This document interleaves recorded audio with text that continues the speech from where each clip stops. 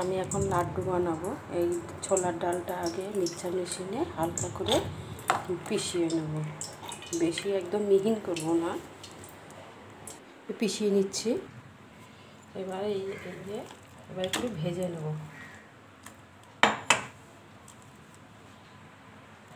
নুন হলুদ দিয়ে একটুখানি মেখে নিলাম। এবার বড়াটা বেশি ভাজবো না,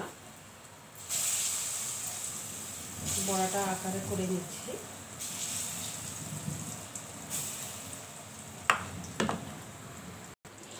এবার লাড্ডুটা যেটা পাকাবো চিনিটা দিয়ে দিচ্ছি। চিনিটা আস্তে আস্তে জাল হোক, তারপরে আস্তে আস্তে জাল হোক, একটু নেড়ে দিচ্ছি। গ্যাসটা জ্বলছে। এবারে চিনির মধ্যে কালারটা দিয়ে দিচ্ছি। এবার ফুটতে থাকবে। আবার ডালগুলোকে হালকা করে মিক্সচার করে নেব। দেখুন কি সুন্দর হয়েছে। এবার লাড্ডু বানাবো। জলটা ফুটে গেছে। এবার এই যে লাড্ডুটা বানিয়েছি, এবার ঢেলে দিলাম। ঢেলে দিয়ে এবার ঘি দিয়ে দিলাম।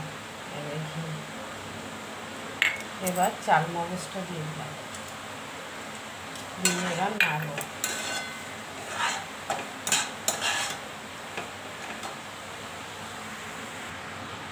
এবার নামিয়ে দিচ্ছি। হয়ে গেছে, দেখুন হয়ে গেছে। এবার নামিয়ে দিচ্ছি। এবার লাড্ডু আকৃতি বানাবো।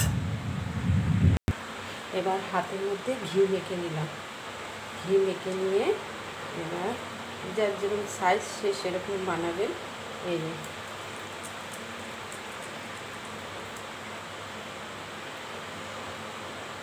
দেখুন একটা বানিয়েছি, কি সুন্দর হয়েছে।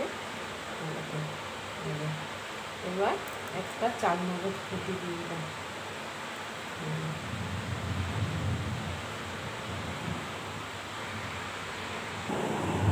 এবার একটা একটা করে চাল মগজ হয়ে যাব। আমার লাড্ডু হয়ে গেছে। শিল্পী কিচেন ব্লগ লাইক করুন, সাবস্ক্রাইব করুন। দেখুন আমি কি সুন্দর লাড্ডু বানিয়েছি। এই দেখুন লাড্ডু হয়ে গেছে। এটাই দিয়ে দিলাম। আর একটা বাকি। দেখুন কি সুন্দর হয়েছে লাড্ডুগুলো। লাইক করুন।